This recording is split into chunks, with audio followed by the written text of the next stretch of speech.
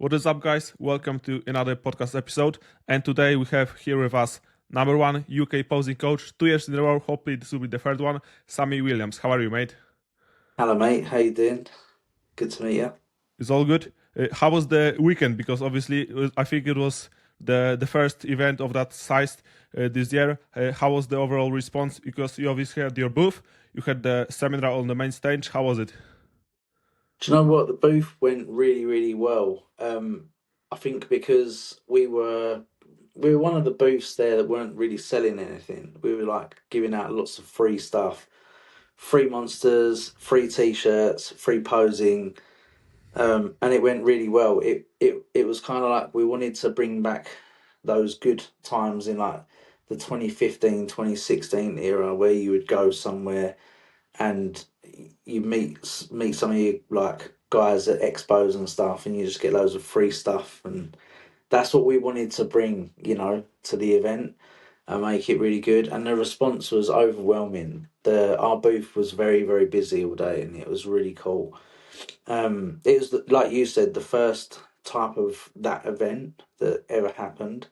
So yeah, it was pretty cool. It was didn't really know what to expect, kind of just showed up and watched it all play out, become a part of it. It was really cool. Obviously, like anything that is new, it probably has a few teething problems that need to be ironed out for the next one. If I could say one thing that I'd like to have done differently is rather than have so many classic athletes on stage, I would like to have done my demo with just maybe me and Niall, because I haven't actually worked with the other four guys on stage. Me and Niall worked together for the Olympia, and I've got a really good rapport with Niall. You know, we've been through 2 years worth together of posing tweaks and getting him perfect ahead of the both Olympias. And I felt like we could have probably brought that to the people in the audience so that we could show them like where he came from to now, and that would have been quite nice. But I do understand that, Suki, the event organizer, probably wanted lots of pros on stage at once. So yeah, I understand it from his point of view. I think that the demo would have been a bit smoother though if it was just me and Niall. And maybe that's something for next time that we can make better. A hero. Yeah, we'll get Suki's take on because he will be joining on the podcast soon. Speaking of Niall, you said you've been working together for 2 years. How, as a big fan of his physique, and I'm sure like many of the people listening are as well, how does it feel to see it in person? To be like witnessing the creation of future, according to many, and I'm in the same boat, future Olympia champion. How does it feel to be there with him to actually help him get on that highest possible level? Well, I mean, I was in Vegas with him all through the Olympia. So I saw him right at his peak, like all week, leading up to the Olympia. And that was pretty crazy. Just because he's in like perfect condition then ready for the stage. It was a bit scary at one point because he missed weight in the Olympia weekend. You know that everyone got re-heighted. And I think they had him heighted at like Yeah. 6 foot, but he's actually just under 6 foot. So he had to go back and lose some weight. But that was a bit touch and go. Other than that, like, yeah, I'm pretty blessed to have worked with some incredible athletes over the years. So it does take a lot to surprise me now. When I see a physique in front of me, it takes a lot for me to be like wowed. But Niall definitely has a wow factor to him. If I don't know if you how close you was at the demo up close to the stage, but you can clearly see why Niall is number five in the world, and like the other four guys are not. You know, I mean that with all the respect as well, but he's so different in person when you stand close to him. The like density and the quality of the condition for that size and that density on that frame. He's a very, very, very special athlete. Yeah, talking about the demo, I was actually, and maybe as well, surprised with how good Jack looked among those athletes. What do you think about Jack? Because obviously he's also a crazy good poser, and his physiques has improved a ton in the past 2 years. Yeah, Jack is for his age is very good. He's very good for his age. Um, I think it'll be a while before he's kind of like where Niall is, because when you're like stood far away, it's easy to think that they look the same or close, but Yeah, the there's angle was definitely working in his favor. oh hugely. I felt like Yemi got the shortest straw. You know, like Yemi was right at the back. Yeah. but Yemi's impressive himself. They're all amazing athletes, all of them. Um, but yeah, I feel like Jack in a few years will be very good. He needs to get a little bit more density, a little bit more maturity on the muscle, and then you'll start to see him come through, I feel. But when you're up close and you see it in person, like face to face, because the camera when you're far away, it you can like angles change a lot, but also as well you can't really see the details and the density like you can up close, and that's also a big takeaway. It's like, but Jackie's fantastic. He'll be great in a couple of years when he gets that density on the muscle. He'll be awesome. When it comes to posing in such experienced athletes, do you feel like it's a case with you can't teach all new tricks, or does actually experience, especially with posing, brings or like more attributes that allow them to learn new poses, new transitions, etc. So basically, what I'm trying to say is it almost easier to teach a new guy, basically like skills, transitions, etc., or change the way someone poses who might not be as beneficial to his physics as you would like it to see? It all depends on the guy. It really does. Um, some guys can adapt quickly. Some guys are stuck posing a certain way. Uh, some guys understand what you're trying to convey quicker than others, and some are not as willing to take on board the advice. Um, so it literally depends who you're working with. I'm very, very blessed working with Naz because Naz has a lot of respect for what I do, and he's always willing to like learn. We talk about stuff. We'll look at one of his poses, and I'll give him my opinion, and then he'll talk to me about how it feels inside his body, so that I understand where his limitations are, maybe with mobility, or his understanding of what he's trying to do in the pose. And that's why I feel like we work so well together because we're able to both sit down and analyze and then game plan going forwards. And that's why, for instance, when Naz was at the last year, we didn't need to worry so much about his rear double bicep. He was able to hit it really nicely. And then the year just gone, he put so much muscle on his back that he struggled to externally rotate, which is why we spoke about it a lot on stage.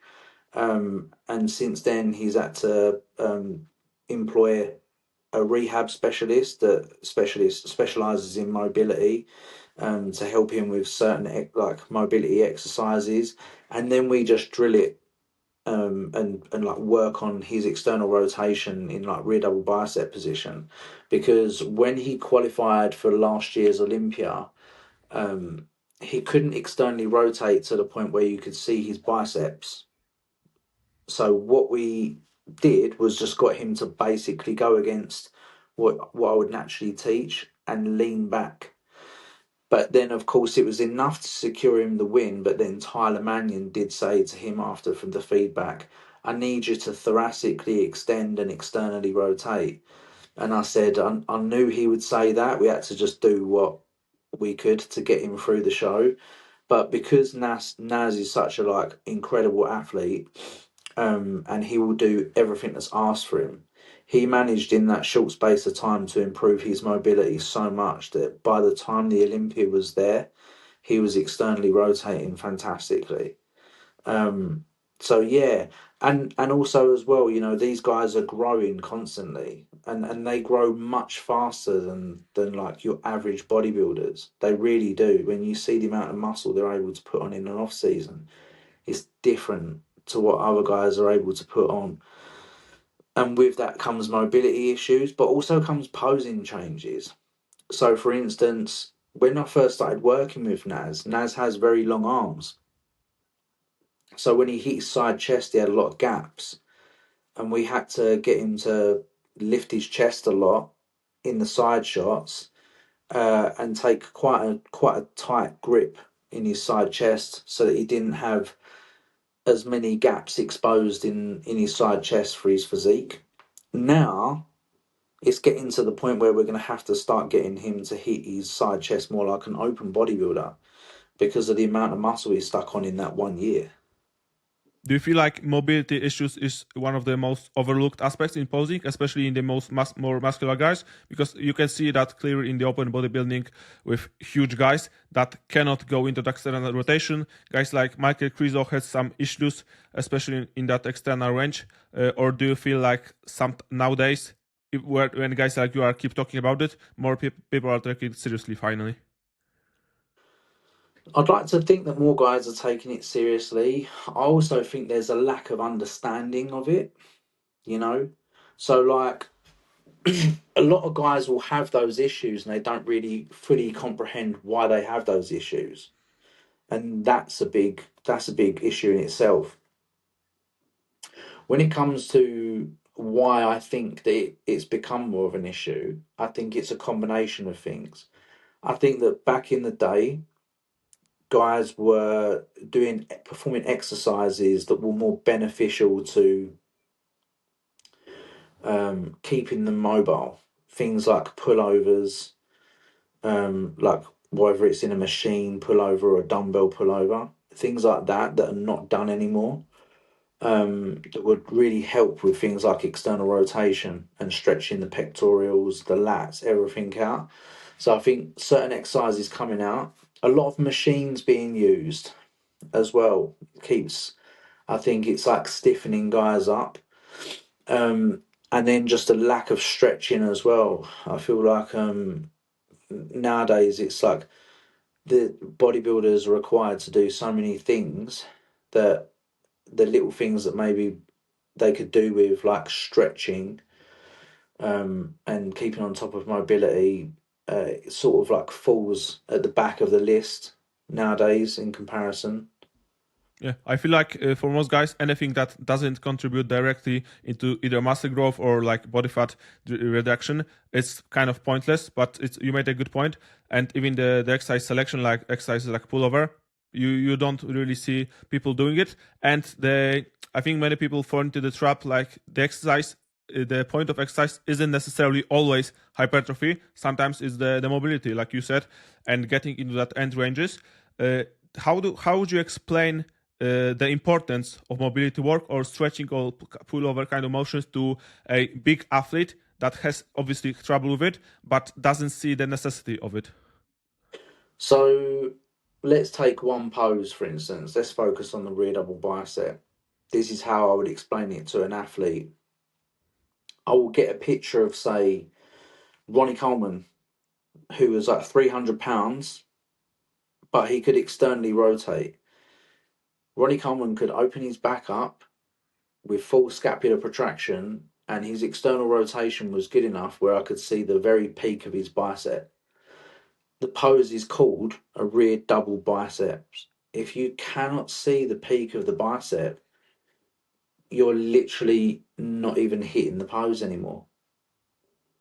So I will usually, with bigger guys, if they're less susceptible to listen to what I've got to say, I will get a picture of their rear double bicep up. I'll get a picture of someone like Ronnie Coleman that they maybe respect, or even just an athlete that is hitting it properly, and say, look, this is how you need to be hitting this pose. You can see that I can't see your biceps in that shot. This is how it should look. Do you understand why this is how it should look? So that the judges can actually judge the peak of the bicep and the whole arm. This is why it's important to get to work on this, you know. What is the usual reaction like? Are they like, cool, I will work on it, or like, man, I just don't feel like it? I feel like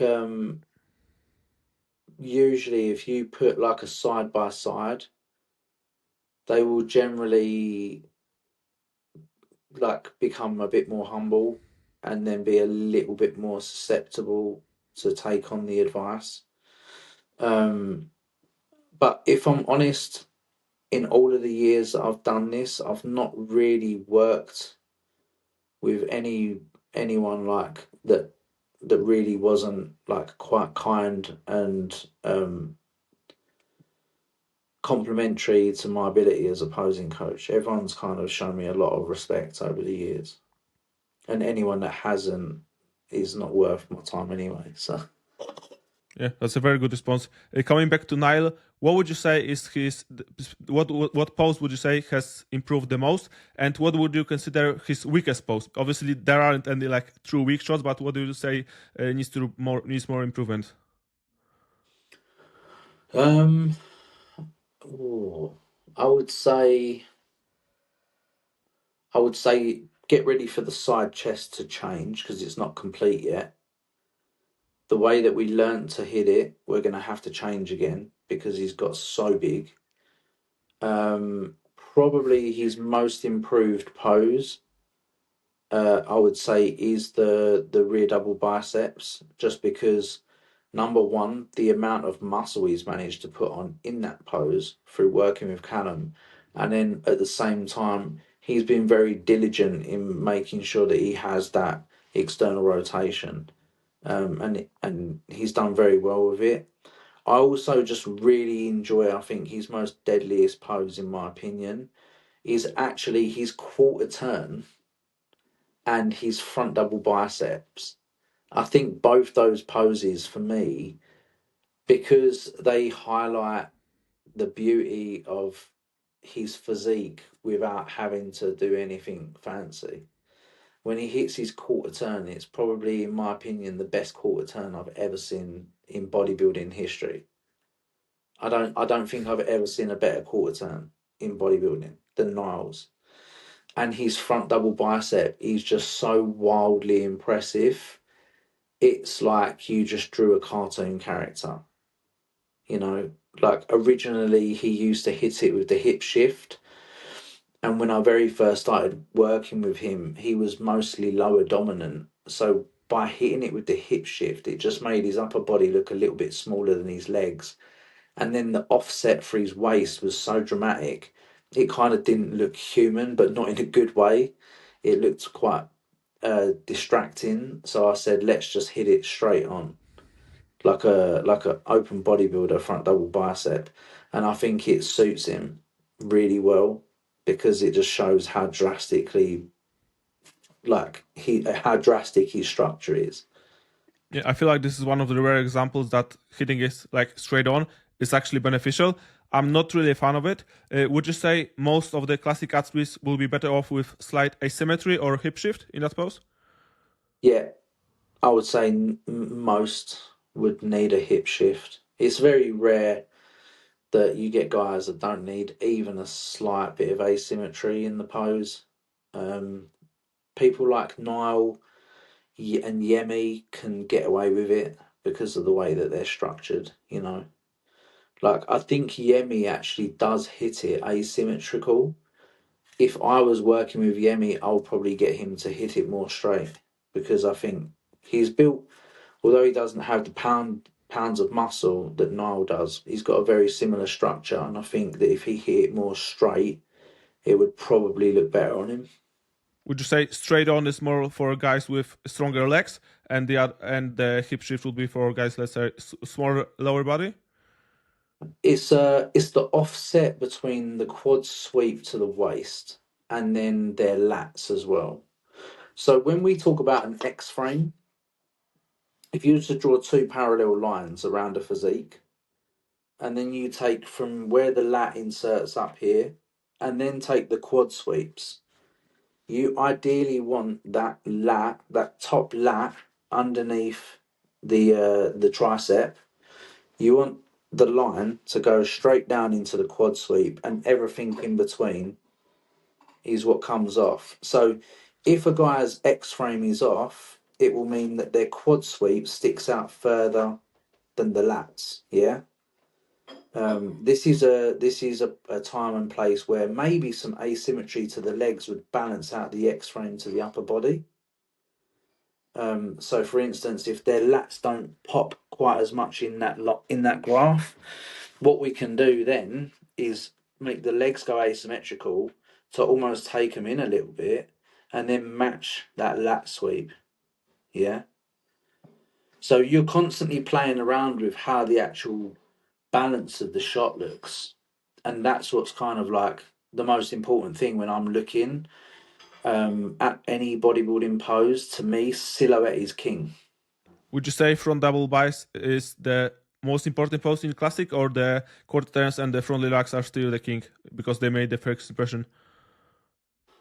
I would say the most important pose in classic is probably the same as bodybuilding. It is the rear double biceps. Because I think if you look at classic, it's that condition aspect is a big part of it, you know. Condition is huge in classic, and I think when you turn to the back and hit that rear double, they are the guys that are coming on stage with those absolutely peeled glutes, dug out hamstrings, tight lower back. And you only really see that in that rear double. I would still say that the rear double is the most important shot in classic physique, you know. But for different reasons, than it is in open. In open, guys are looking at the rear double bicep as the most important shot for size, and I think in classic, rear double is probably the most important shot for condition. It's that type of. It's why Jose always gets the positions that he does, because Josema's not really got the prettiest physique. If you compare Josema to someone like Diego or Logan Franklin, or a guy with a little bit more aesthetics, but he's beating those guys on condition and grain. And it's pretty special to see Josema in person. If you've never seen him in person, I watched him weigh in about 2 foot away from me, and that guy is incredible. His condition is like nothing you've ever seen on earth. It's wild. Yeah, I was gonna say when you first the rear double bicep, first thing that pops into my head is Josema, because like he's probably got the craziest back double biceps. But do you think there's an ongoing debate about the criteria, what classic physique is really about? And there's all confusion. Is it like classic bodybuilding, or is it a physique division? Do you feel like having a classic structure is less important than the conditioning as muscularity is safe? Because sometimes guys that are prettier from the front are still getting knocked down by guys like Josema that are just like brutally conditioned and muscular. So what is your definition of classic physique? I guess it's what I'm trying to say. So here's what I can say is judges are human beings, yeah? And as human beings, when something is incredible in front of us, you can't help but be wowed by it, you know? And I think what happens with guys like Josema is someone that is judging like a classic purist could sit there and say, Josema's not classic. You can't stick him there. He's got to go all the way down. He's not got the classic shape. You could put Diego Classic in front of him. You could put Andrea Mamoli, like all these guys. They're so much more classic. But then when Josema stands in front of you, and you see your eyes are drawn to it. Do you know what I mean? It's like even though you're judging, it's hard because here's the best way I can think of it is like, to me, I never thought Chris Bumstead was the best classic guy. I thought Chris Bumstead, he lacked bicep peaks. His legs on his lines on his quads were never that symmetrical, and the cuts on them weren't very like pretty. They weren't like nicely carved out in the quad. I thought his delts were too big, you know. His triceps were a little bit too small. His pecs were a little bit too square. So when I looked at Chris Bumstead against someone like, say, a Rough Diesel, whose muscle bellies are like, he's got the peaky biceps and the sweepy triceps, and the X frame is like balanced out. The delts are not too big. His leg lines are absolutely beautiful. They're like water has carved them out of a rock face. They're so perfect, you know. So when I look at someone like that, I could sit there and say, I think Rough is more classic than Bumstead. But then when Bumstead hits that side chest and you see the density and the grain, like the density and the deep cuts in the side of the leg and the hamstring dropping, and how three-dimensional he looked, where he was so etched and dug out and dense, it's very, very hard to go Rough, you know? So my Yeah, personal opinion of like what classic should be, if you want like what I personally like, is I like Rough Diesel's physique. He to me has got like the perfect balance and structure and shape and stuff like that. But when you look at all of these guys in the top five now, I would say they've all got their own superpower. And it depends what superpower you like that day that could win. Does that make sense? You know, yeah, like, 100%. It's almost like yeah, go on. you look for the wow effect. Like let's say you can analyze the Chris Bumstead physique. Like maybe the arms aren't too good, maybe the quad aren't too good as well. But when he hits the side chest, it's like probably one of the most impressive side chests ever hit I think it's in the best every side chest division. So in it's like history. that wow effect ever. I think it's the best side chest How would you ever. rate it against Phil Heath Better. compared to Phil Heath? Yeah, better. Better. Ah, Yeah, only really? because Phil had narrow shoulders and his waist wasn't the tightest.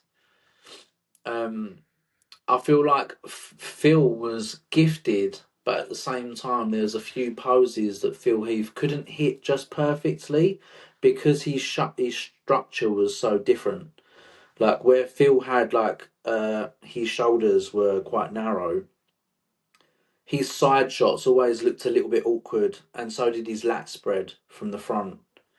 You know, he's on his lat spread from the front. He always tipped his traps forwards, um, and he'd pull more trap as well as lat round, and you kind of see like the side of his arms. It was yeah. So I think with classic guys, their physiques tend to lend better towards posing correctly because of the size.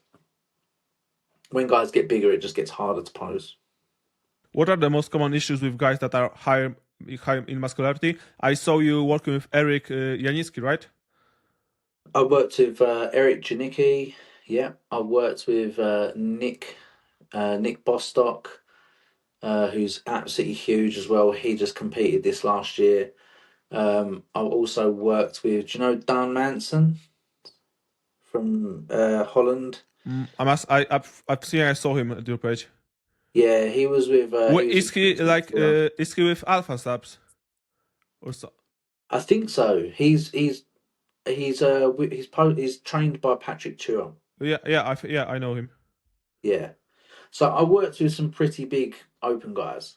Um, it's always the side chest. It's just different for a guy like that. They just have to hit it different. Their side chest is the first thing that's, yeah, it's really, really difficult for them to hit, the same as like someone like a classic bodybuilder.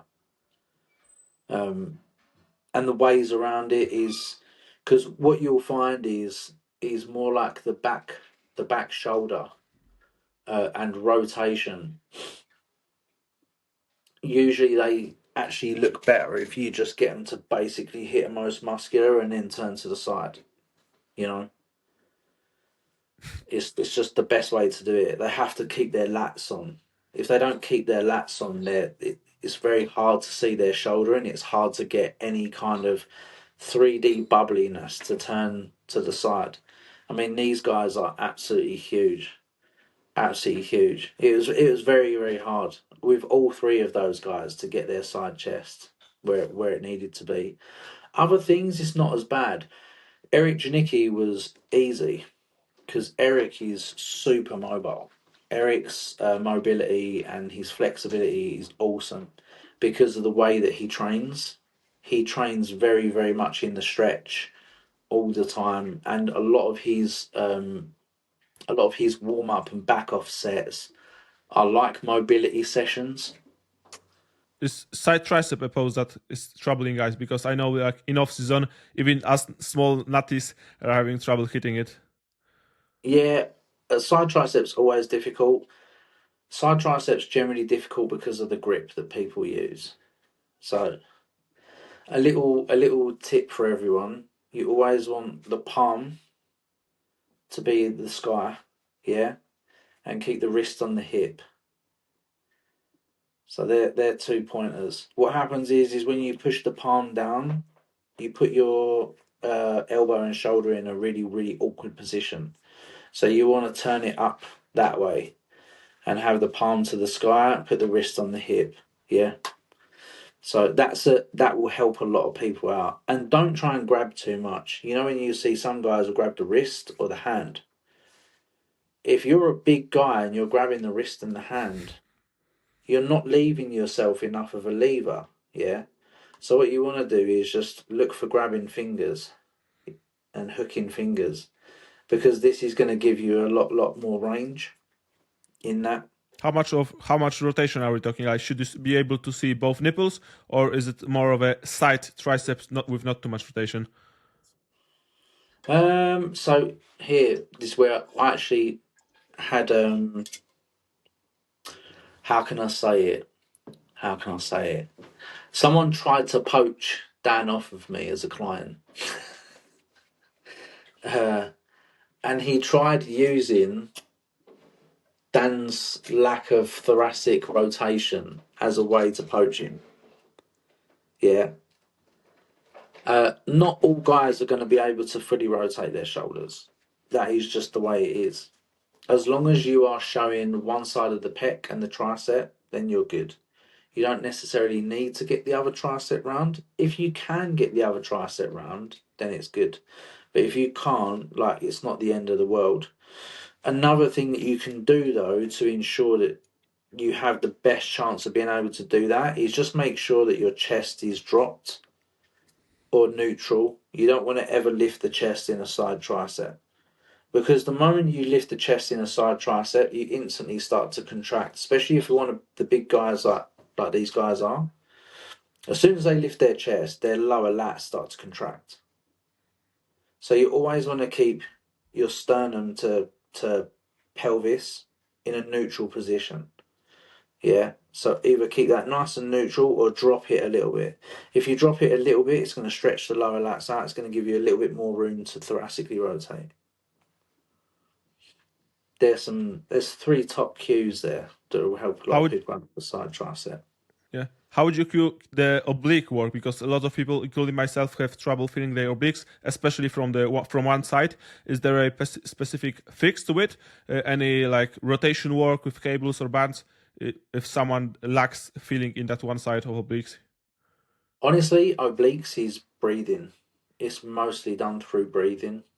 I feel like a lot of guys. Have you ever seen before? I think Greg Doucette done a video of this.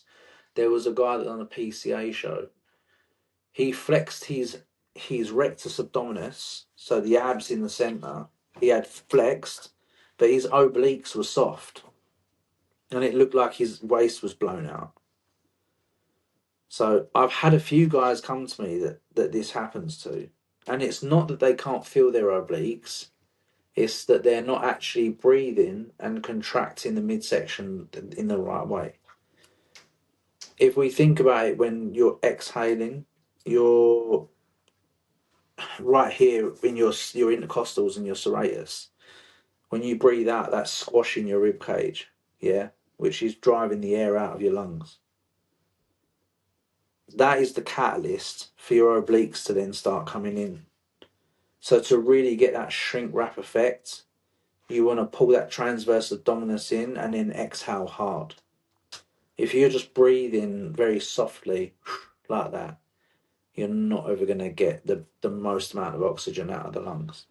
Do you ever prescribe any breathing techniques or breathing workouts for guys to control their breathing good on stage and to actually like compensate for the nerves they probably have, so they have to be extra prepared for that? Yeah, I do. I drill them very, very hard. So we either have, because obviously we have the Posing University. In the Posing University, we have 5 drilling rounds sessions during the week. So guys will come on, guys and girls will come on, and they drill rounds with me or John, and that is where we'll put them through like 10 to 12, sometimes 15-second holds. And we're looking at their midsections the whole time, telling them, keep it on, breathe out, hold tight. It's a conditioning thing, you know.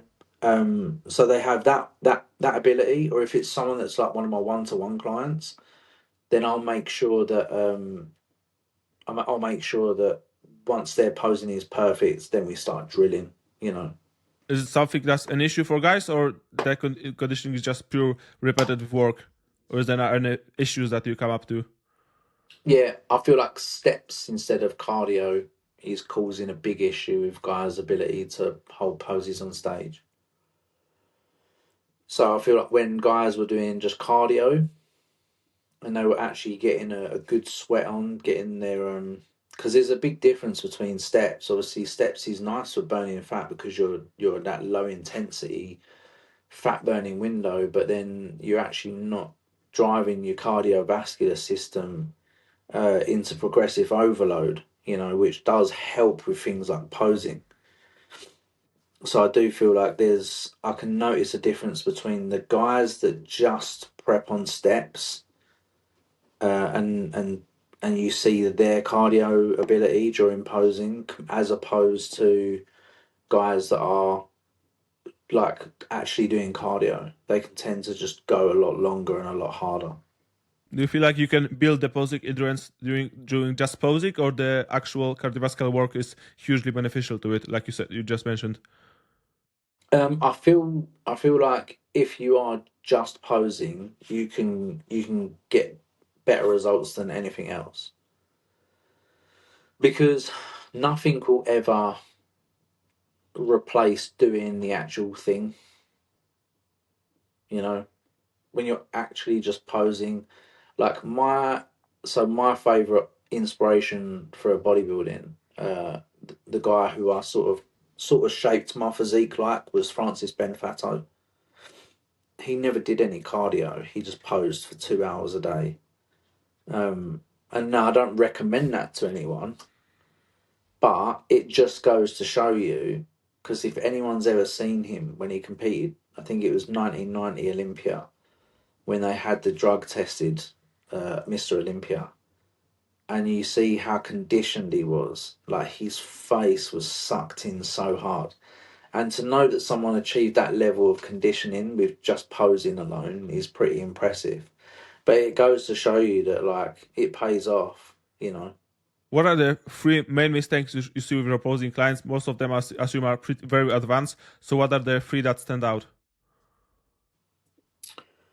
I don't know. I mean, I work with everyone from first timers right up to Olympians. So I will take on anyone. I really enjoy working with first timers. I really enjoy working because they have that enthusiasm that I remember, why I started loving this sport in the first place. When someone new comes in and then they they see me and they're excited to do their first prep. I love working with guys like that still. Um, First timers, I would say, they're it's the legs, keeping the legs on, at the same time. That's a skill in itself that takes quite a long time to master. Because you'd always switch the legs on, then you go to the upper body, the legs switch straight off again. So that's common. First timers definitely do that. And then I would say obviously nerves is huge. Get nervous, and fidgeting. So they're the top three. Fidgeting, like you get into a pose and yeah, you know, the fidgeting when the first timers start hitting poses and they can't Yeah. just sit there and hold it. So I'd say they're the top three for those guys. For advanced guys that maybe been doing it a little bit longer or IFBB pros, um, it's just a mixed bag. You either get guys that they're like they really want to learn, or then you can get some guys that they almost feel like they've got their arm up their back coming to you to learn how to do some posing, and they don't really want to take it on board. And you'll be like, just try this for me, and they're like, oh, I don't want to do it like that because I can't do it like that because of this. I can't do it like that because of this. Oh, but I've got this issue. That's why I can't do it like that. And then you're like, well, do you want me to help you or not? Like, and also as well, I feel like they've kind of got to a point, some of them, where they feel like I've done it like this for so long. Why do I need to put any extra time into learning a little bit more? Because this has done me enough. So I do feel like a lack of passion is sometimes quite prevalent with guys that have been doing it a long time. Like for me personally, one of the reasons that I got into posing in the first place and why I absolutely love it is because when I watched bodybuilding growing up, and when I still watch bodybuilding and I go back and watch some stuff, I might watch some old workouts of my favourite bodybuilders when I'm about to go and train. But predominantly, I like to go back and watch all the old routines more than the competition, because the routines are what inspired me to get into the gym. The routines are what inspired me to build a body to be able to showcase it like that. Your Bob Paris routines, your Mohammed Makawe routines, the Francis Ben Fato routines, those guys, Leela Brada. That to me was bodybuilding. And I knew that even more than the competition itself. And I feel like the want to showcase a physique like that is not prevalent in everyone. But hopefully, we're trying to change that, and we're trying to bring that love for presentation back. Yeah, so I basically did all the mistakes you just mentioned in the first timers. So I didn't hold my legs when I looked back on my pictures from the first competition. I competed at first at like 17, so that was like 7 years ago. And I looked at the pictures. This like here's front double, legs non-existing. Like I just didn't remember to flex. I was obviously fidgeting because I was flexing as hard as possible to just get on the pose. I was also nervous, but I really love your why behind the posing. What would you say is like we were talking about how it all started, watching posing routines, and I especially from the guys you mentioned, I especially love Leah Brada. That was like just pure art form. What would you say is the strongest why in what you do every day? Because like being passionate about posing, learning about posing, and now teaching about posing, what would you say is like the biggest driver today? Oh, that's a good question, actually. I think it started as a vision just with me and John. When we started becoming posing coaches, there was no posing coaches in the UK. Not for men anyway. Not like there was loads of bikini coaches, but there was no classic or bodybuilding posing coaches. You had some like old school posing seminars that would be held by the federations, but there was no actual posing coaches. And me and John were sick and tired of going to all of these shows and watching the absolutely horrific posing. And we just decided, because we knew that we were good, because we loved it, that we was going to teach it. and it grew from there. And our vision was always to make posing great again, you know. Um, and that's kind of how it started, and it's not really stopped. We've been on this wild journey since, where both of us have competed. Obviously, John's a pro, so John was chasing big things like wins and Olympia, like trying to get to the Olympia and that. I knew that I wasn't ever quite there. I had a nice looking physique, but I didn't have the condition maybe, uh, or like the size to be able to push for a pro card. So I would chase things like, in 2022 I got the best poser award. Um, in 2023 I was the only guy ever that's been asked to guest pose as an amateur on an NPC stage. So I had that in the UK. That was really lovely as well. I'm still the only one to ever do that, which was it was awesome. Um, and I think in answer to your question is my why is just because so much cool stuff happens every single year to further this passion that I love and watch this community grow. Because this is it, like it started off as mine and John's vision, and then we've both got our separate goals accomplished, but at the same time we're building the university, and we've built a community around that. You know, we're now coaching other coaches how to be really good posing coaches because there was so much misinformation on Instagram. And to watch our community grow and get involved and get respect. And like, I have a guy in Germany that I've mentored now for some time, and he's now posing Luca Rega, and he's a really well respected posing coach in Germany. And to watch that happen and know that I've not just like become like quite known in my own right, but I've also like helped him and helped him chase the same dream that I had. It's just like it's just all these cool things keep happening. Then Callum, pro coach, asks me to go to the Olympia, you know, and work with Niall. And then I'm asked to do this seminar, and I've won the best posing coach 2 years in a row. And it's like my why is just that cool things keep happening to me, and it's a blessing, and I don't really want to stop. Man, I truly love it. Do you feel like it's almost bringing you more joy, like each year as you're expanding as a coach and seeing all your athletes and then the guys that you mentor is succeeding? Is it almost like your teammates' success means more to you than your own success in a way, even though their success is your success? You know what I'm saying? I think that's always been the case with me because um, it's really strange. When I was younger, I never really knew. I had loads of goals that I wanted to be when I was younger. I actually I studied art and animation at university, and I got a diploma in art and animation. Um, Only until I started trying to work in that industry, I realised that it just actually wasn't what I wanted to do. But my father once said to me that he said he thought I'd always be a good teacher because he's seen me explain things to people, and he said that I've got a really good natural ability to explain things to people.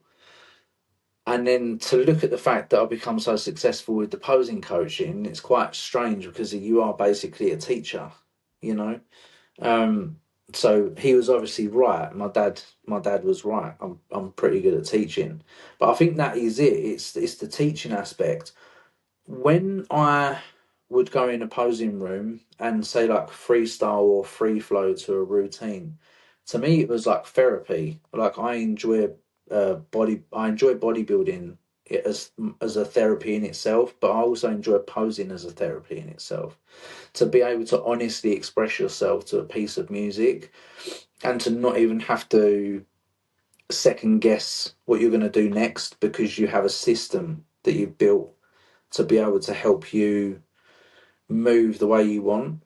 Yeah, I think in being able to do that, I wanted to help other people have that ability, because people would watch me pose and be like, I would love to move like you, and and I would be like, it must be horrible not to be able to move like me. So I would say to them, you can. And they'd be like, no, I can't move like that. And I'd be like, yes, you can. I'll show you. And I would teach them my methods. Like, I've developed a whole system of how to put flow together. First it was my system and John had his system, and then we put both of our systems together, and now we've got the ultimate system, to teach guys flow. But in teaching guys how to be able to do that, it brought me really like a lot of joy, because I had guys in the posing room that would break down in tears when they were able to present their physique to a piece of music that meant a lot to them. Do you know what I mean? It's like, imagine you get a guy that comes into the posing room and he's like a robot, he can't move, and then you unlock his flow to the point where he can listen to a piece of music that probably brought him so much emotion, but he couldn't actually express that with his own body. Now he can express that with his own body. It must be like an amazing feeling.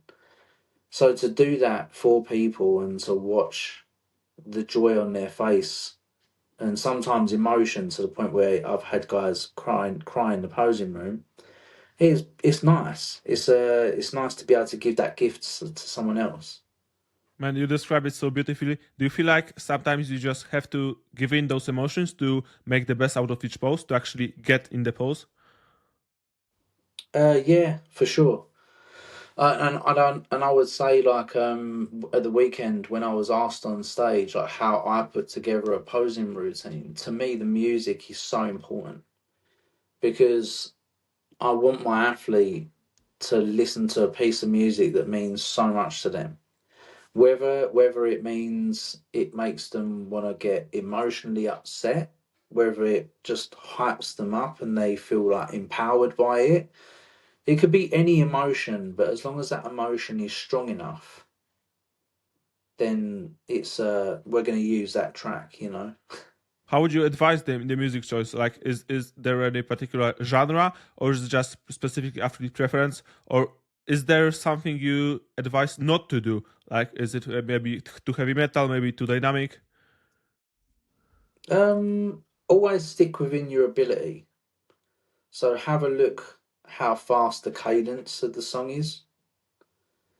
If you can't move that fast, pick a slower song. So always make sure that the speed is relevant to your ability to move. And then after that, it just really, like, certain genres really don't work, like house music. You can't really pose to house music, but you can pose to most things like R&B, hip hop, metal, rock music. You can classical, school music. You can pose to most things. You've just got to make sure that your ability to pose within that time stamp is actually there, for one, and then also as well, like, think about how it's going to make you feel and the crowd. Because that's another thing. It's okay if you say, I really love this song, it's great, but if it's quite boring and it doesn't lift or drop in any places, the crowd's going to sit there and be quite bored with it. So you feel like the song should be like suited to you, but it helps if the song is well known.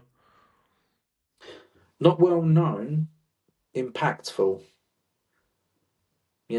Doesn't have to be well known to be an impactful song. It could be the first time that everyone's heard that piece of music, but if that piece of music makes them all go, wow, that's cool, then it's good. Yeah. So it should resonate with the audience. How do you feel about robotic routine, like the one Kai Green does, something like that's not really like so flowy or classical, so a different type of routine? Like the pop blocking stuff, you mean? Pop blocking when Kai Green would, Yeah, like, yeah, I like it. I do like Kai Green's style. Some styles I don't like the robot styles, like King Kamali. I don't know if you remember King Kamali in the 90s and the early two yeah. thousands. I never really liked his robot style. That wasn't really something I was a fan of. I think Vince Taylor done it as well, the robot style. And I'm a big fan of Vince Taylor, but I didn't really like his robot. I liked it when he posed more to smooth R&B. Um, but yeah, Kai Green, I think, is probably one of the greatest posers of all time. To be honest, I think he was something special. His ability to feel and understand music and move to it was incredible. Um, his control over his own body as well, fantastic. Yeah, I would say Kai is one of the best in the world to ever do it. Let's say there are some technical issues on stage and the music is off, like let's say a few seconds off. How would you advise your athletes to actually act and not? Should he keep doing the routine he has in mind? Should he improvise or just say to the judges, "Hey, can we rewind that because the music is definitely off"? Never ever stop and try and tell the showrunners what to do. As much as it annoys you, um, I wouldn't ever do that. Just because you can probably rub them up the wrong way a little bit, you know. I've seen it happen, you know, when guys go out and then the wrong music's played for them, and that these mistakes happen. It's probably as bad for those that have accidentally put the wrong song on as it is for you standing out there. I don't think anyone means to do it to anyone, you know. So I think keeping composed, and I don't expect anyone to act like it hasn't happened. Luckily, it's never happened to me. But I think if it was to happen to me, it's fine if you acknowledge that it's happened, because it is going to make you go, oh, you know, where's my song? But just don't go, oh, what, you know, what's going on? Put my song on. You just got to go with it. Just acknowledge that it's happened, laugh it off, and then carry on moving. Yeah. When I was doing my last show this season, a guy a guy that was ahead of me doing his posing routine. He actually came up to my music. He was surprised, but he kept his cool. So he just did a routine to my music. But yeah, it can definitely happen. Talk to me about internal and external cues. How would you differ between those, and how would you say it to an athlete? External, external what? And internal. Internal and external cues when it comes to posing. External and internal cues when it comes to posing. Okay, so like an external cue would be like bend your knees a little bit more, lift your chest, rotate your shoulders. You know, that's like they're like baseline. It's like the baseline. I would say that external cues are used more for people that only need a very basic cue to be able to get into the position that they need to go into. I would say that an internal cue is something where the athlete needs to understand what's actually happening in their body so that they can understand going forwards. You know, I had this conversation on stage when we was talking about switching on the lats, or people saying they can't get their lats out, when in actual fact you're not getting your lats out when you go into like your front relax pose, for instance. It's not getting your lats out. You are scapular protracting, and the glide is is like a protraction that is also gliding out. Yeah. To get someone to understand that on a deeper level is going to be far more beneficial to them than to try and give them external cues to just make their lats sit where you want them to. Do you know what I mean? It's So it's understanding what's going to be more beneficial in that period of time, like in that specific scenario. Is it more beneficial to try and give them an external cue to get into a position that you want them to be in, just to say, I got you there? Or is it more important to actually help them internally understand what's happening with their body. So internal cues, I would say, are not really cues. They're descriptives. You're kind of going to a base level and helping someone fully understand the working of their own body, you know, from a very baseline level. That's how I do it anyway. I'm very, very cerebral when it comes to posing with guys. I will literally spend 2 to 3 sessions working on just scapular protraction if I feel like that athlete has got a real issue with learning it, because I know that it's going to translate across so many other poses. And I have to tell them sometimes, you know, this is going to be boring. You're not going to like it. You're going to feel like we're not really achieving much, but we're going to have to do this, because if you don't learn how to do it, then we can't progress. Because also as well, and it's getting an athlete to understand the fact that when they do understand those cues, their progression is going to be faster once they've understood it. So although at first it might seem slower, and they think I don't really feel like I'm doing anything. He's just literally getting me to lift my arms up over and over and over again, and it can be frustrating. But once you understand that, the progress moving forwards is super quick, you know. Yeah, so the long-term thinking applies in almost every other aspect of the bodybuilding journey, but especially here. Would the frontal leg pose be something that you put the most amount of work on because it's the first impression? And here, obviously, we need both the external cues and the internal feel, especially like you mentioned, the scapular work, the protraction. It's all within this pose. Yeah, I would say that quarter turns, you can spend more time on quarter turns than anything else because of that fact. Not even just for the not even just for the internal cues, but also the stage awareness.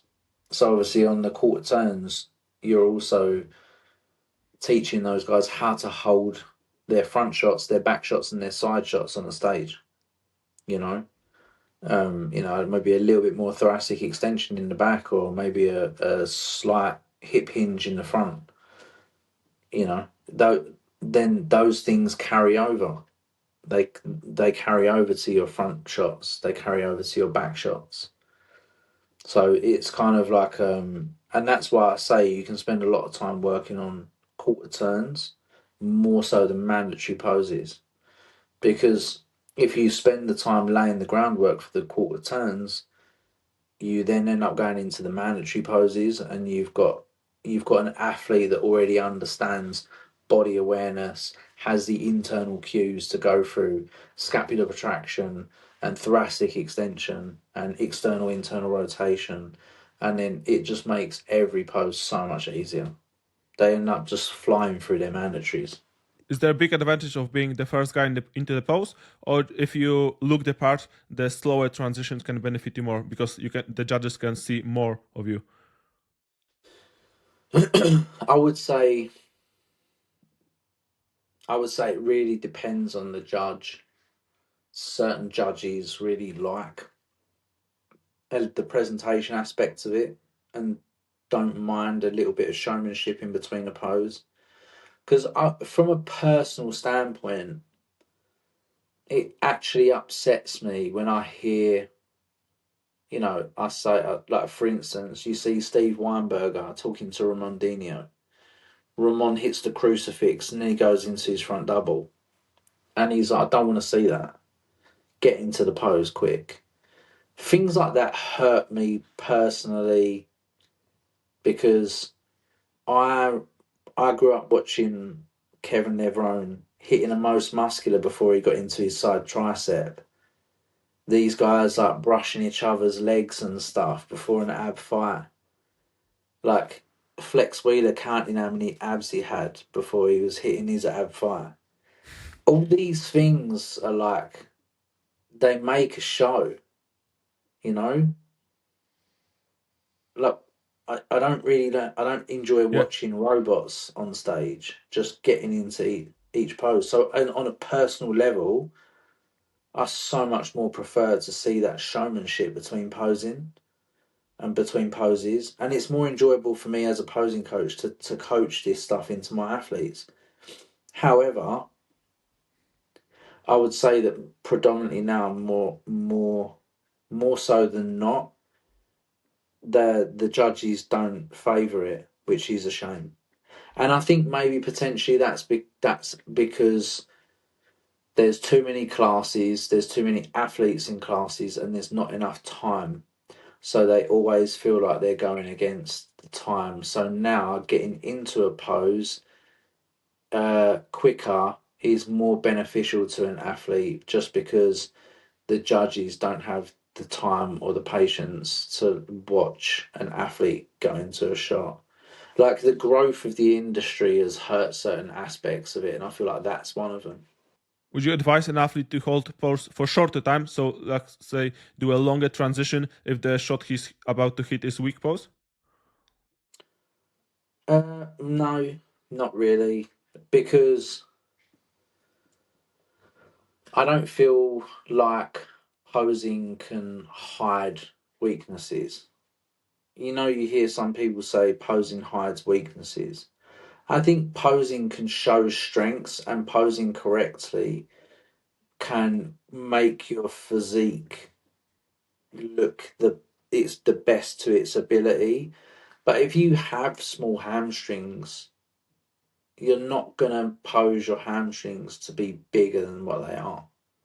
You can get as much sweep out of them as possible, and then maybe if someone doesn't know how to pull the sweep out of their hamstring, but you do, then potentially, yeah, but you've still got to turn to the back and hit a rear double bicep, and then the judge is going to see who's got the thickest hamstrings. Do you know what I mean?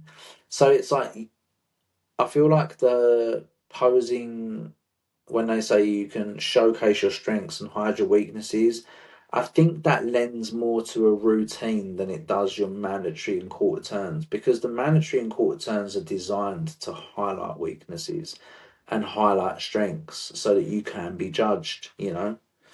I think I think you're more likely going to be able to hide weaknesses and show strengths in a posing routine than you are in the actual quarter turns and mandatory poses. I think in the quarter turns and mandatory poses, it's more just about making sure that you're maximizing what you can do. So essentially, you could jump someone that's got a better physique than you if they aren't posing properly. But if two guys evenly What body? both Yeah. pose, yeah, if two guys evenly uh, both pose spot on, but one guy has a better physique, he's going to win because he's got a better physique, you know. What body part would you say is most heavily influenced by poor posing? Is it hamstrings because most people have trouble connecting to them, or is it something else? Good question. I would say hip hip alignment. Understanding the hip alignment can cause massive issues in all poses and can ruin poses to the point where you drop down positions. Hip alignment is actually in some ways more important than a certain muscle itself. Um, Thoracic rotation. So if some guys just don't have the ability to rotate their shoulders as much, their mobility is not there. And then probably if you're going to talk about actual muscles themselves, yeah, probably the hamstrings. Um, yeah, probably the hamstrings are the most influenced in terms of what you can show and what you can't. Um, yeah, and lats on like a front double, rear double. If you've got a guy that shrugs a lot, because you know what it's like. As soon as you shrug with your arms above your head, your lat will switch off, so you can't actually showcase your lat. You know, you get a guy up here like this, and he hasn't dropped his shoulder down. His lat's not going to pop forwards. So that's another. That's another. A lot of them are more structural than muscle, person to person. But yeah, probably the hamstrings. Is there a particular cue you like for hamstring the most? Right, it's positioning the knee, maybe like imagining crossing the knee on the other leg. For a side chest or like a rear double bicep. Side chest. Let's go with the side because I feel like it's harder than the rear. Yeah, I've got a couple I've got about 2 or 3 different cues that probably all work about the same depending on the athlete. Um, to get that hamstring out, I think one thing that you need a few things to align to get a good hamstring in a side pose.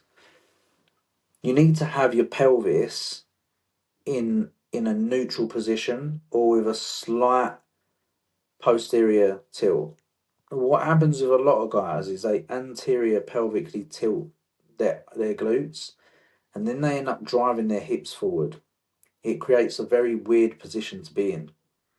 It feels weird, and no matter how much knee travel you get from the lift of the heel, you'll never seem to get that grab of the hamstring that you want.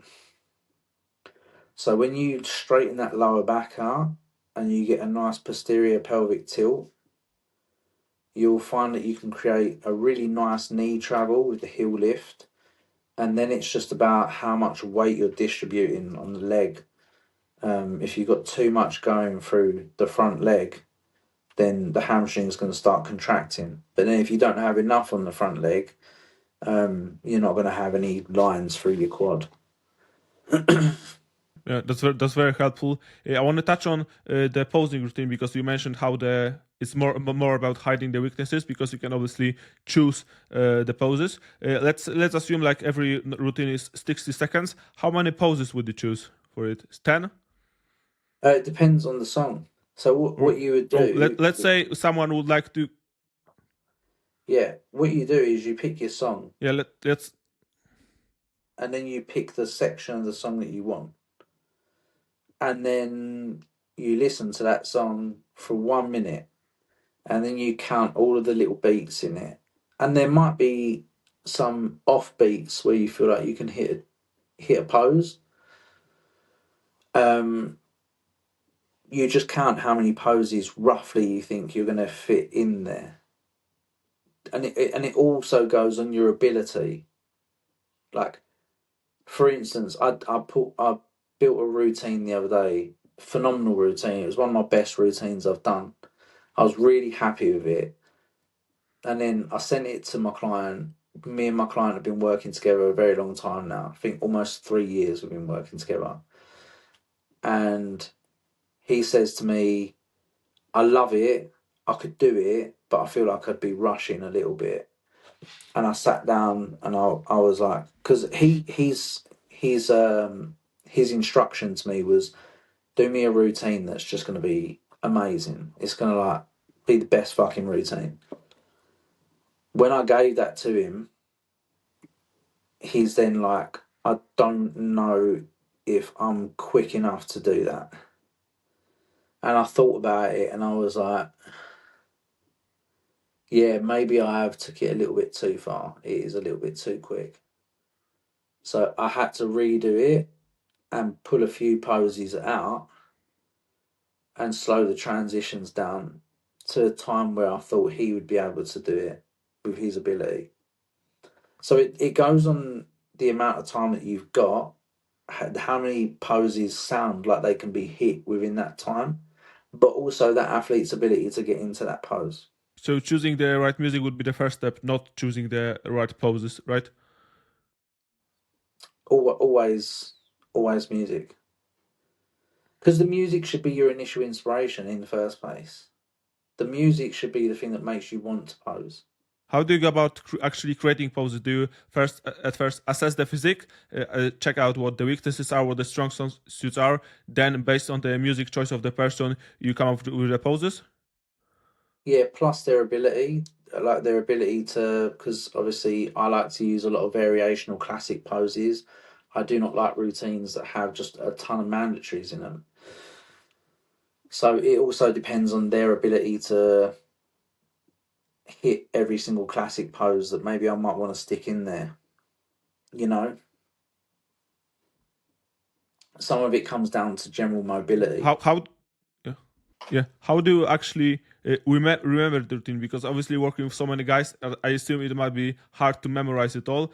Is there like a trigger, like let's say a particular type of music or a song that clients has triggers you, and you're like, yeah, this is that routine, or is there a trick, or do you just have a like a cheat sheet to look on? Because I'm curious, because I imagine it must be hard to perform perfect one routine, but doing there so many different ones, this is like, well, this must be hell or a Honestly, paradise in a case. honestly, it's a gift. I I have a really good memory for some things and a really bad memory for other things.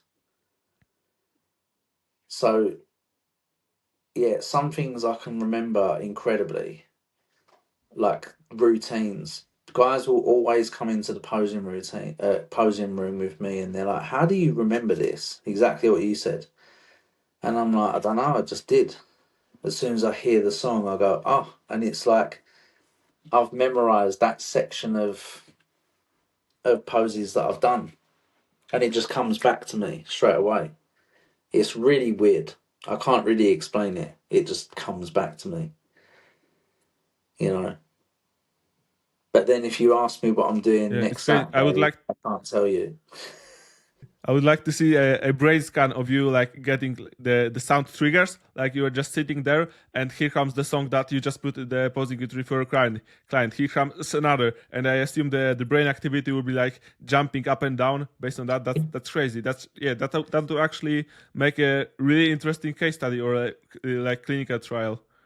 Yeah, it's weird as well. Even like the bigger routines, like obviously when I did my guest pose, it was over 2 minutes long, and I had a bit where in it when I used a samurai sword and I had the mask, and I just did it all straight.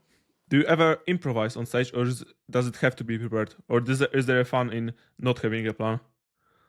I could improvise on stage, but I would never improvise on stage because I'm trying to tell a story, and to tell a story, it'd be like getting someone to write a book or tell you like if someone read you The Lord of the Rings, it's amazing because it's a creation, it's a vision that's been worked out and thought about and put into a story.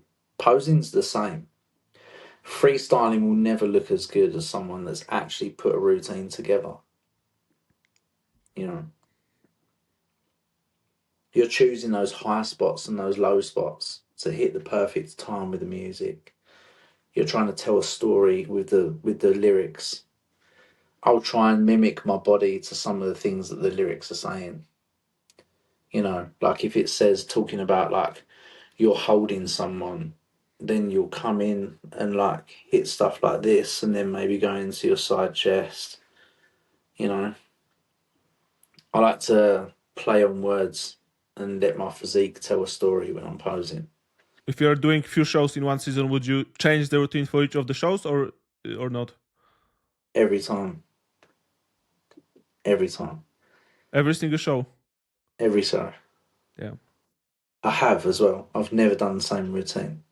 Do you ever feel like sometimes it would be hard to come up with different combination, or is there like so much you want to express? Because from everything you've been telling me, man, you are just so passionate about it. It's like it's crazy. I almost getting goosebumps there when you're talking about the art expressions. So do you feel like it will always be like that? There's so much joy and so much expression. Like you could never write enough poems in the world. You could never write enough like song lyrics. Is it the same with posing? It's yeah, exactly. Like, have you heard of Sleep Token? Yeah, yeah. The song "Rain." I'm actually having it on repeat on my workout. Yeah. So Sleep Token are so new, but yet they're so amazing, and they can make you feel so much. Some of their songs, you know, it's the same thing with posing.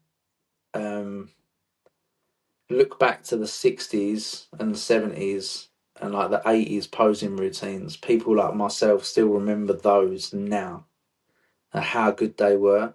But then look at what Rough Diesel's doing now at Prague and the Olympia with the things that he's putting together. So you can always create cool stories. You can always create a beautiful dance. You can always create a beautiful new piece of music. You can always put, top a performance. I feel like posing is one of those experiences that people can actually remember how they felt at that point, not the experience itself. So it's very beautiful in that case. Same with like music, live concerts, etc. So that's just crazy. I want to talk to you about one more thing. I saw you posting. I think it was today. Posing games. What can I expect? And is there something a sneak you can share with us? I'm glad you asked about that. So we're really, really happy to announce that we've actually done this for a very, very long time, because me and John love posing so much.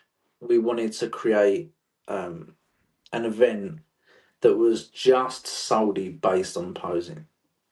So for this community that we've managed to create and be a part of, to be able to get those guys, maybe guys that are new into posing, or maybe even IFBB pros, if they really want to all come to one place and just pose.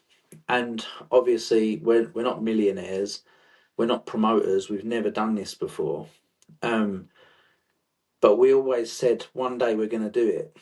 Well, until that's happened, we on the Posing University for the past couple of years now, we've done like the posing games on online, like an online competition. We do it monthly.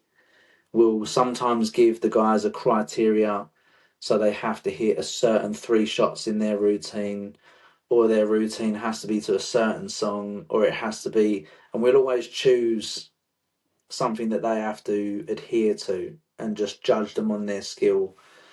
We worked out, because so many we'd heard so many times, you can't really judge a posing routine. And we were like, you absolutely can judge anything. If you can judge dancing or ice skating, or you can judge a posing routine. And they used to judge the freestyle posing routine back in the day. Even as up to the early 2000s, they were still judging freestyle posing routines. So we started doing it. And even up to this year, we had the winner from every month went into the finals at Christmas, and they did like the champion of champions posing games. And since then, it was so good. We've been giving prize money to the winners. So the winners have been getting like $250 sometimes, or like free t-shirts, posing sessions with myself or John, or like a free month in the university. We're always trying to give back, and just spread the love. And after the weekend when we saw you, we came back and both just said, should we just do the posing games? Should we just see if we can afford this, and if we can put it on and promote it and just do it? And I was like, yeah, let's do it. So the venue's booked. It's going to be in Camberley on October the 11th. So we've got plenty of time. We're going to start by doing heats online. So anyone can apply to come to the posing games, okay? It's going to whittle down to 15 athletes on the day that are going to be posing live on stage. It'll be 15 athletes and 3 guest spots for guys to come on and guest pose. We've chosen our judging panel already, and we're going to get a special guest judge. We're talking to some pretty big names for that. Yeah, and it's just it's going to happen organically up until that point, but we've kind of gotten everything that we want down. We've got dry ice machines, we've got lights, we've got big VT soundboards, and like this, it's going to be an epic event. There's going to be a big prize money draw for the winners. I have one question regarding the posing games. How can people sign up? Is there a link? I will obviously give it in the description. So at the moment, there's no link or anything where you can sign it up. What we had to do first is make sure that we could book the venue. Yeah, that was like paramount, because if we didn't have a venue, we didn't have a show. So most of this weekend, because it was done so last minute, we literally came back from the NPC venue with BTS at the weekend, and we was just like, we're just going to make it happen, and we're just going to throw everything at it. So we've literally just secured the venue with all of the beautiful things like dry ice and all of that, lighting and everything. We've done all of that, and all the other information will come out. But we have got an Instagram page, so all of the news will be going up onto that. We'll obviously collab the news on our own pages. So anything that does come out, if you're not following the posing games Instagram, we'll share it on our own private channels as well through Instagram. But yeah, at the moment we jumped on a call today, myself and John, and then we just hashed out how we're going to do all of this and what we're looking to do. I've already secured 2 guest posers, so I'll let you wonder who they are. Yeah, I is one likely to be a future Olympia winner? Potentially. Yeah. 2 of them could be. Oh, I'm curious who the second one will be. Is it classic or open? The second one. Could be someone not in either of those. Oh, really? Yeah. Now I'm definitely curious. Yeah, the listeners can guess in the comments. Yeah, see if anyone can guess in the comments and see if they're right. Yeah, perfect. I will link all the profiles like Posing University, Posing Games, your profile, so viewers can check it out. Is there any single piece of advice you would give to guys that are getting into the bodybuilding and aren't taking posing seriously? What would you say to them to convince them that you probably should work on the posing? I would say fall in love with it and enjoy it. All of it. All of bodybuilding. Bodybuilding is a real beautiful sport. It can keep you super healthy despite what people think when it comes down to obviously the PEDs that people talk about, and that if done properly, bodybuilding can prolong your health. It can give you a longer lifestyle, a healthier lifestyle. You know, you can be an inspiration to people that you don't know or people that are around you, your family, your friends, your children. You can inspire loads of people just to get in shape, to be a better person, to have accountability for yourself. And then at the same time, it's fun. It's fun, the memories that you can make along the way, the people that you can meet. And posing is a massive part of that. It just shouldn't be neglected, you know. So if you're going to get into the bodybuilding, learn how to express yourself and pose your physique, because there's one thing building a beautiful body, but there's another thing being able to showcase it, you know, and it's just as enjoyable itself. So just have fun with it. I think I think one of the biggest things that turns people away from posing is actually the seriousness of having this like demon on their shoulder telling them they need to do it. You shouldn't ever feel like that. Posing should be something you want to do. You know, if you enjoy bodybuilding, you should want to pose. So almost like posing should be expression of your love to bodybuilding. Yeah, exactly that. Exactly that. Yeah. Like if you can be a fan, like myself, with everything that I've managed to accomplish in bodybuilding, I would put most of it down to just the fact that I'm just a fan and I love it. You know, and if you can be a fan, like always, whether you're an IFBB pro, whether you're an Olympian, whether you're a judge, whether you're a coach, whether you're a posing coach, anything, whether you're a commentator, if you're anything, a podcaster, you've got to be a fan to be in this industry. You've got to love it. And loving it includes all aspects of it. You have to love everything. If you love bodybuilding, you have to love all of it. You have to love the bulking as well as the cutting. You have to love the posing as well as just gaining mass and looking good. You know, it's all important. Hey, that is so perfect. Thank you so much for your time, and I'm glad we could get through all the technical issues. I assume this wasn't the best Riverside exposure to you, but yeah, we still could do it. Well, I think it was a combination of my Wi-Fi at the start and then just a little technical thing at the end. It's not the end of the world. It was good. I enjoyed the conversation. They're really good questions as well. So.